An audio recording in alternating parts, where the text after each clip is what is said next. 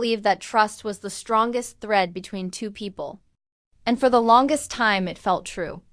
Liam and I weren't perfect, but we were steady, comfortable, and building our future step by step. Or at least that's what I thought.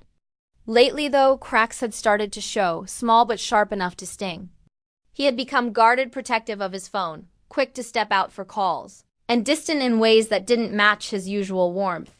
I tried brushing it off at first. Everyone had stressful days, right? But something in my gut whispered that this wasn't stress, this was a secret. A heavy one. One night, I woke up to find him not beside me. The house was quiet, but his voice echoed faintly from the living room.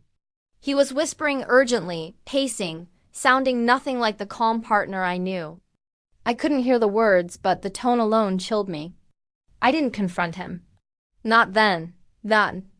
Because I wanted clarity, not excuses. I needed to know the truth before giving him any chance to twist it. The next morning, he acted normal again, serving breakfast and asking about my day. But his eyes, they told a different story. It was like he was hiding behind a mask, and I was finally noticing the cracks on it. I watched him closely, memorizing every odd move. And the more I observed, the more one painful realization grew inside me. This wasn't just a bad phase. This was something bigger, something that involved me in ways I didn't yet understand. A storm was forming. I could feel it in every quiet moment, every broken smile, every locked phone screen he hid from me. But I didn't run from it. I braced myself. Because deep down, I knew one thing clearly: whatever he was hiding was about to change everything. The first real clue came on a rainy afternoon. Liam's phone received a message while he was in the shower. He never left it unattended, but today he made a mistake. The screen lit up with a preview snapshot, just one sentence, but it was enough to send my heart into a free fall. She still doesn't know, right? My hands trembled. That one line was heavier than any long confession. And it wasn't from a name I recognized. No heart emojis, no flirtation. Just tension. Cold, sharp tension. When he walked out, towel on his shoulder, I handed him his phone calmly, pretending nothing happened. But inside me, a fire had lit.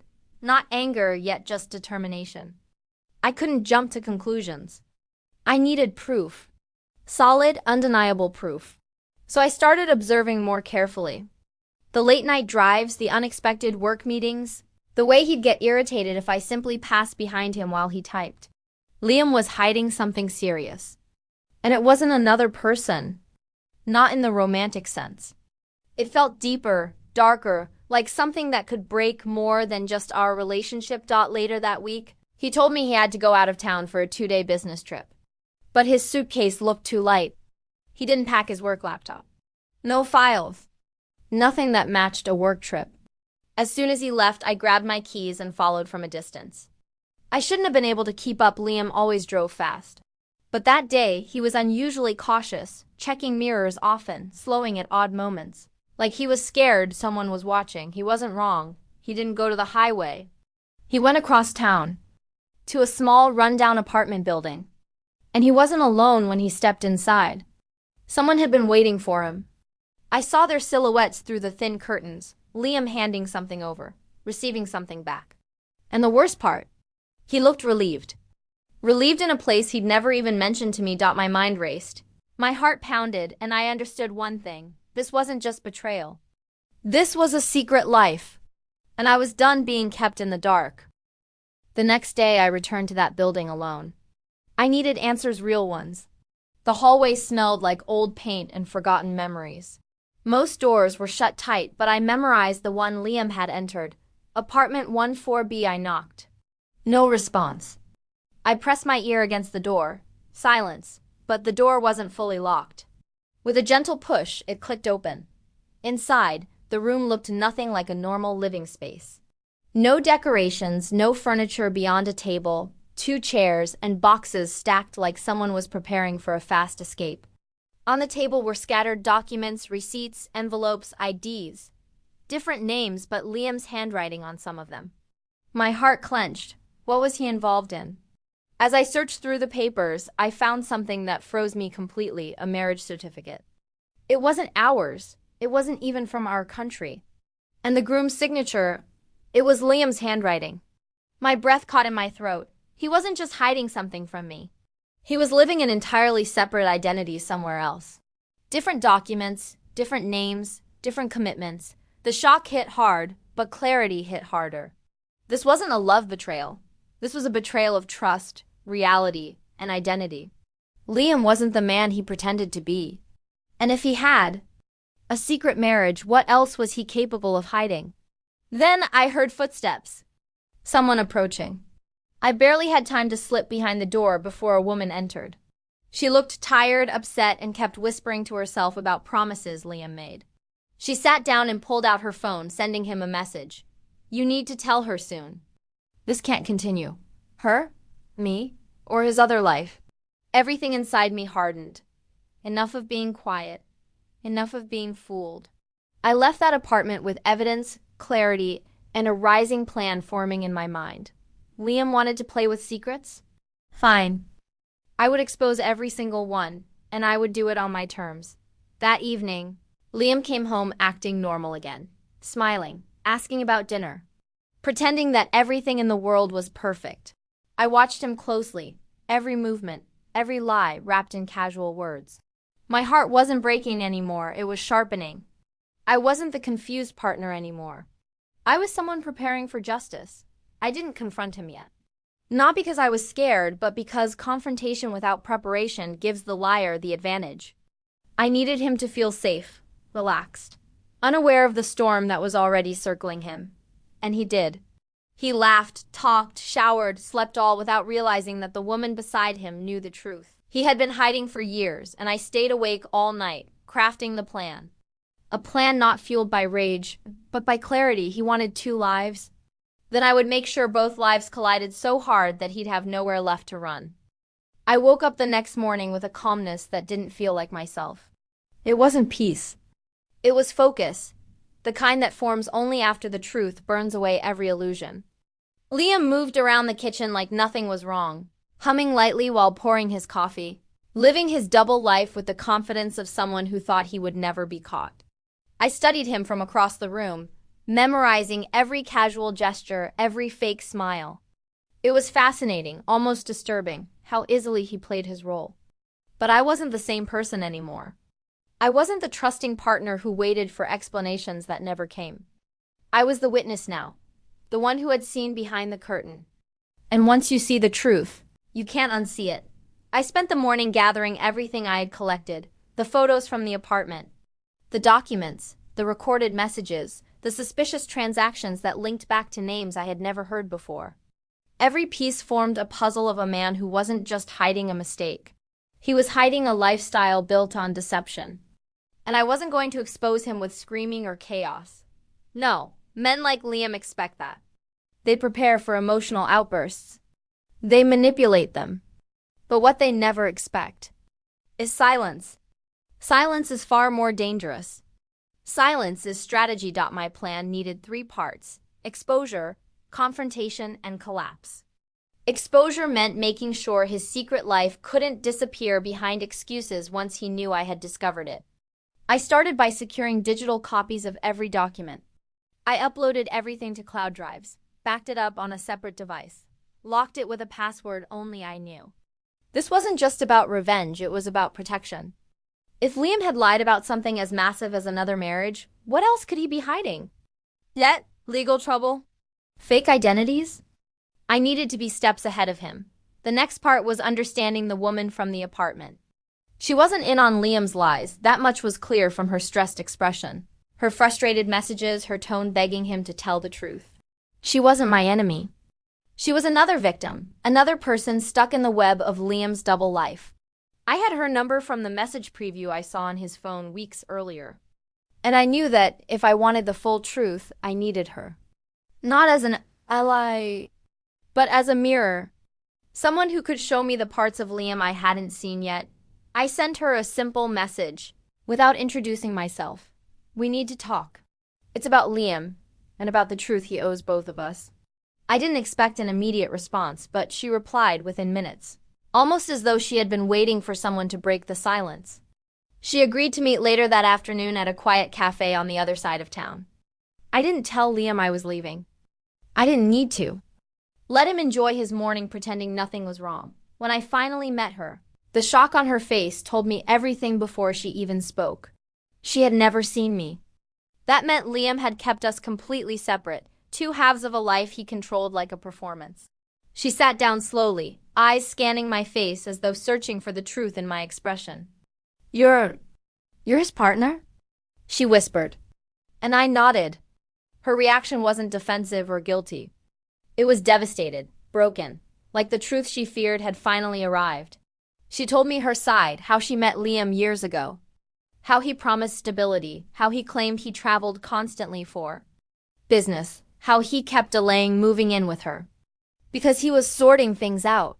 Every explanation matched the timeline of my life with him. He was living two realities. Using us like anchors he could switch between whenever one life became inconvenient. As she talked, pain turned into understanding. And understanding turned into resolve. She wanted answers just as much as I did. And together we began forming the final part of the blueprint, the collapse. Not violence. Not chaos. But truth delivered in the one way liars fear most. Publicly, undeniably, and in a way they can't talk their way out of. Our plan was no longer just mine. It was ours. And for the first time since discovering the secret, I felt something close to power. The quiet, controlled kind that comes when you stop being the victim and start becoming the storm. The day of the collision arrived faster than I expected, yet every moment leading up to it felt painfully slow, like time itself was holding its breath. Liam walked around the house that morning with that same careless ease that used to feel comforting but now looked like arrogance. He had no idea that the world he built on lies was about to crack open under his feet.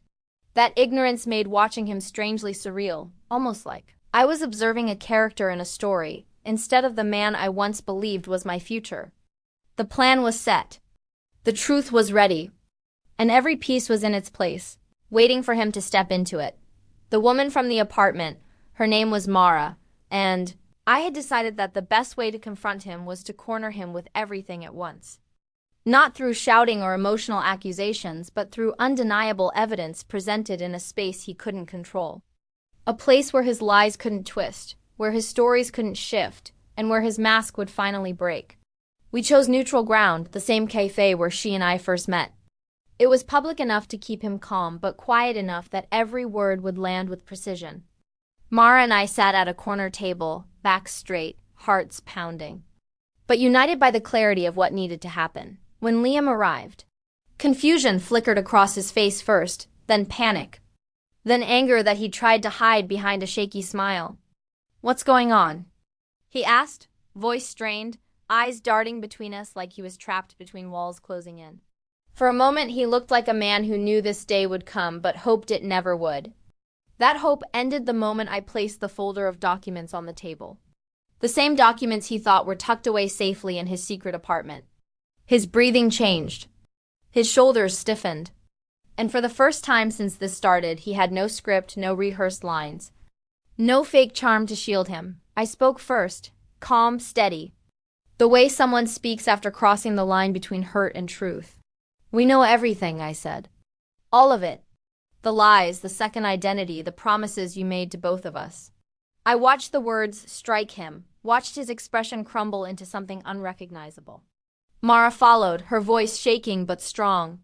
"You told me you were trying to build a real life with me. You told me you were committed. You told me she didn't exist." His eyes snapped to her, and all he could say was, "I can explain." Those 3 words, the anthem of every liar, but explanations require innocence. And Liam had none left. He kept reaching for excuses. But every sentence collapsed the second we placed another piece of evidence on the table, the receipts. The photos, the messages, the documents with his handwriting. The marriage certificate he never imagined we would find. Every lie he tried to use as a shield only cut him deeper. He wasn't facing 2 emotional women. He was facing 2 informed, grounded individuals who saw through every trick he had rehearsed. Eventually he stopped talking. The silence that followed wasn't peaceful. It was the silence of a man realizing he had run out of escape routes. The mask he wore for so long finally cracked, and underneath it wasn't the confident partner, or the charming man he pretended to be. It was someone small, someone scared, someone exposed. And in that moment, I didn't feel anger. I didn't feel heartbreak. I felt closure. The collision wasn't loud. It wasn't dramatic in the explosive sense. It was quiet, controlled, and absolute. He didn't shout. He didn't rage. He simply understood. The truth had caught up to him, and there was no place left for him to hide. We stood up together, Mara and I, leaving him with the ruins of the life he had built on lies. And as I walked away, I realized something for the first time. I wasn't walking away from him. I was walking toward myself. The hours after the confrontation felt strangely weightless, as if my body hadn't fully caught up with the freedom my mind had just claimed. I walked through the streets with a quiet numbness, replaying the scene again and again, but not out of regret, out of disbelief that I had finally seen the truth laid bare without flinching. For so long, Liam's secrets had felt like shadows creeping through my life, but now those shadows were nothing more than broken pieces left behind on a cafe table. The world around me felt clearer, sharper, almost unfamiliar in its honesty. Mara and I parted ways outside the cafe with a silent understanding. We didn't hug. We didn't cry. We simply nodded, acknowledging the strength it took for both of us to face the truth. She wasn't just another woman in his deception. She was someone who had survived it too. And in a strange, unexpected way, I respected her. Not because we shared pain, but because we both refused to let that pain define us. When I got home, Liam wasn't there. A small part of me expected him to return immediately, to beg, to bargain, to unravel into apologies crafted from desperation. But he didn't. Maybe he was too ashamed. Maybe he was too stunned. Maybe he was already planning a new lie, a new identity, a new life. It didn't matter. His silence didn't hurt anymore. It felt like confirmation that everything I walked away from was never real to begin with. I gathered my things slowly, methodically, not with sadness, but with intentionality. Each item I packed was a reminder of the life I built, the one I would continue building without the dead weight of his deception. The home we shared suddenly felt like a stage where I had been acting in someone else's script. Now I was reclaiming my own story. I took what belonged to me and left behind everything that carried his touch. The gifts he bought during trips I now knew were lies. The notes he wrote while hiding entire pieces of himself.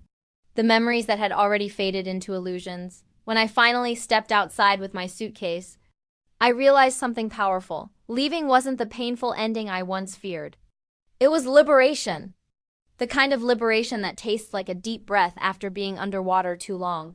Over the next few days, word spread quietly among friends and family. Not because I told everyone the details, but because Liam's disappearance from my life created a gap he couldn't explain.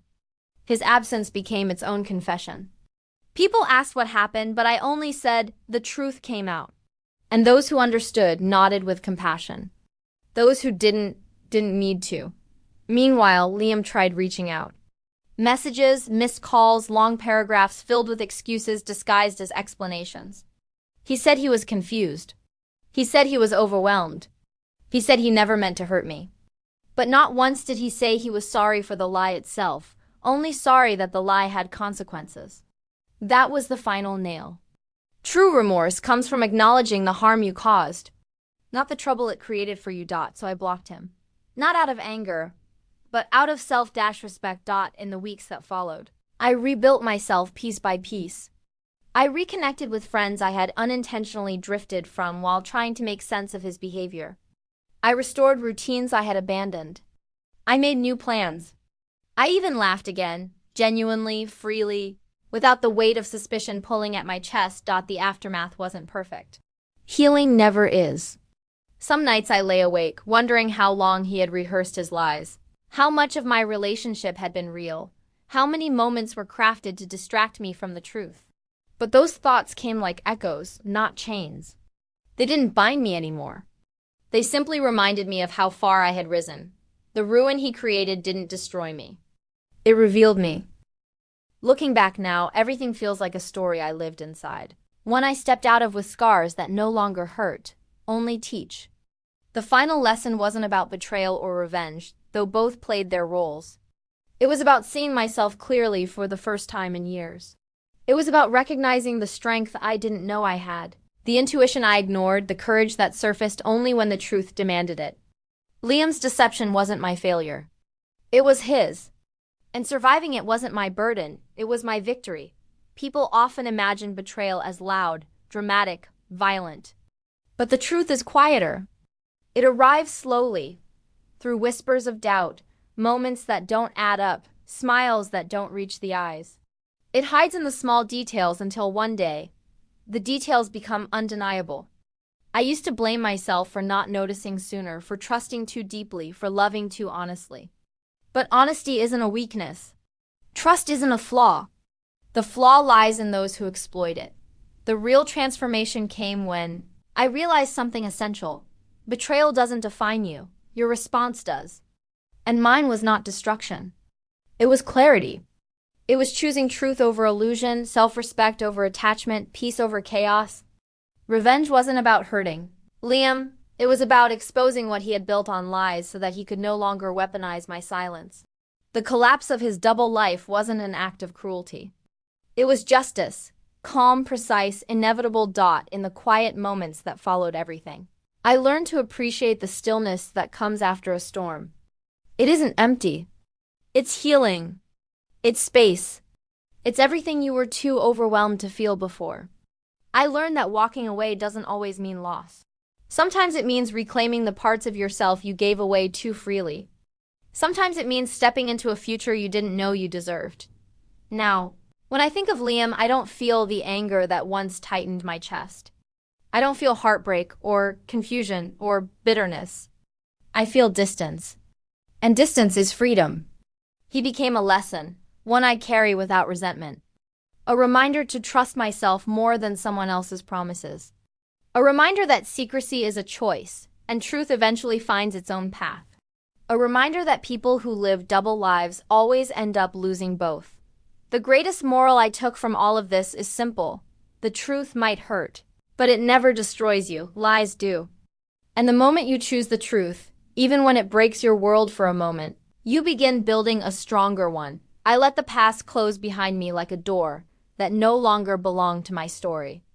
And when I walked forward, it wasn't toward revenge or closure or even justice. It was toward myself, the version of me who deserved honesty, love, and peace without conditions. That's the real ending. Not the confrontation. Not the collapse of his lies. But the quiet rise of someone who finally understood. Betrayal wasn't the end of my story. It was the beginning of my freedom.